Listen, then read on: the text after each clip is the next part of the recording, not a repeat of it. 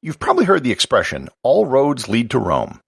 Well, it isn't just a pithy saying to reference how you can take many paths to reach the same goal. It has a very literal meaning, and its origin comes from a monument that still sort of exists in Rome today.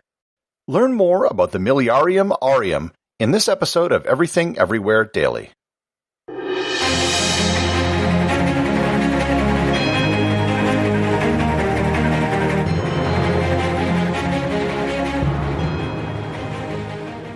This episode is sponsored by Audible.com. The audiobook I'd recommend, which ties into today's show, is SPQR, A History of Ancient Rome by Mary Beard. She gives a comprehensive look at Rome during its Republican and Imperial periods. If you want to get a great overview of Roman history, this book is a good place to start. You can get a free 1-month trial to Audible and 2 free audiobooks by going to audibletrial.com/everythingeverywhere or by clicking on the link in the show notes.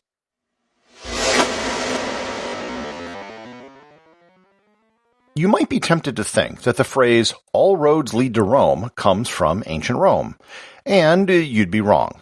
However, the phrase does come to us from Latin. The earliest use of the phrase comes from an 11th century French theologian named Alain de Lis, who noted in his book Liber Parabolarum, Mille viae ducant hominis per secula Romum, which roughly translates to, 1,000 roads lead men forever to Rome. In English, the phrase first appeared in Chaucer's Treatise on the Astrolabe in 1391, when he noted, right as diverse paths leadin' the folk to the right way to Rome. In both these examples, Rome is used in a figurative sense. Rome is used as a stand-in for some sort of ultimate goal, or perhaps even heaven. However, this podcast isn't one to ponder unanswerable questions or to deal with the figurative. What I was curious about was, in fact, if all roads really did lead to Rome, and more generally, what was the deal with Roman roads? This discussion needs to start with Rome itself, and in particular, one column which sat in the middle of the Roman Forum, the Milliarium Aureum. The Milliarium Aureum means the golden milestone, and it was the starting point from which all roads in the empire were measured. The monument was erected by the Emperor Augustus, and it was believed to be a single large column which was encased in bronze. One of the many roles held by Augustus was that of curator viarum, or the person who was in charge of the roads. It's believed that he created the Milliarium Aureum soon after he got the job. The place where the column is believed to have stood can still be seen in the Roman Forum today. There's a pedestal with a small inscription saying Milliarium Aureum on it. The golden milestone may have taken the place of the previous point from which roads were measured, known as the Umbilicus Urbis Romae, which translates into the navel of the city of Rome. It was where, according to legend, Romulus first dug a pit and his followers threw in the first fruits of their harvest as a sacrifice to the Roman gods, and that's when the city was founded. Today it can be seen near the Arch of Septimius Severus, which is still standing.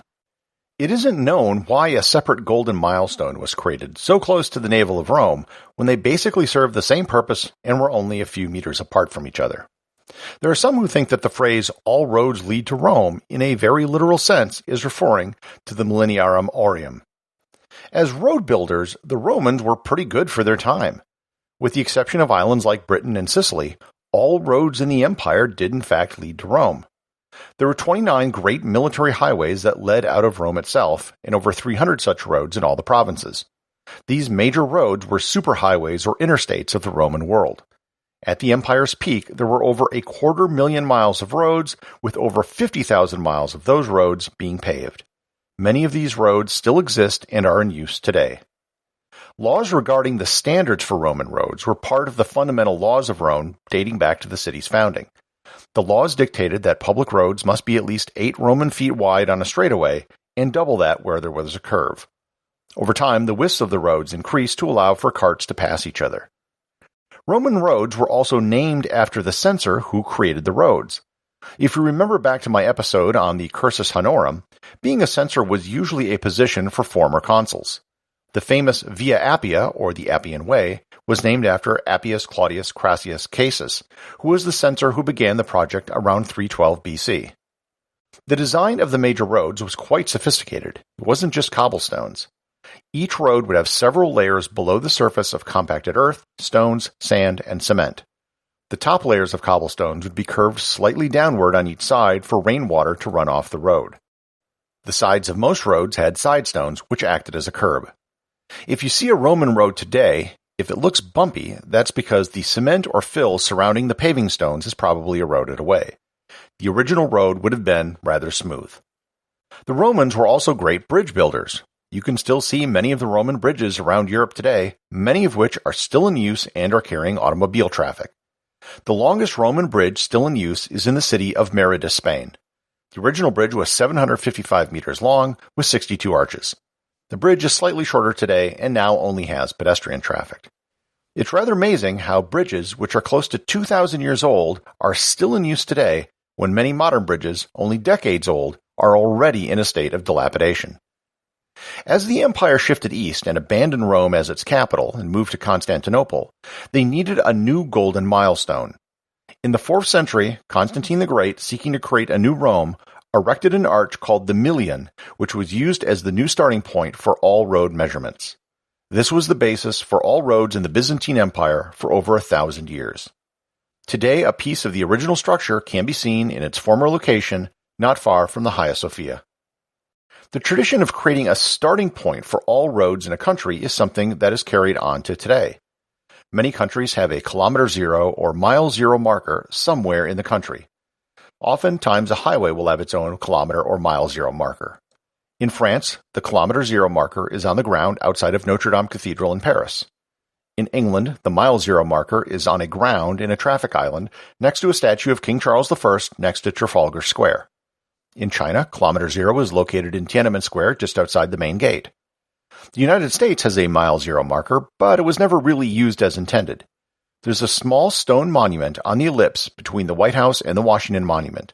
The original design of Washington, D.C. by Pierre L'Enfant had a mile zero marker built in the original design.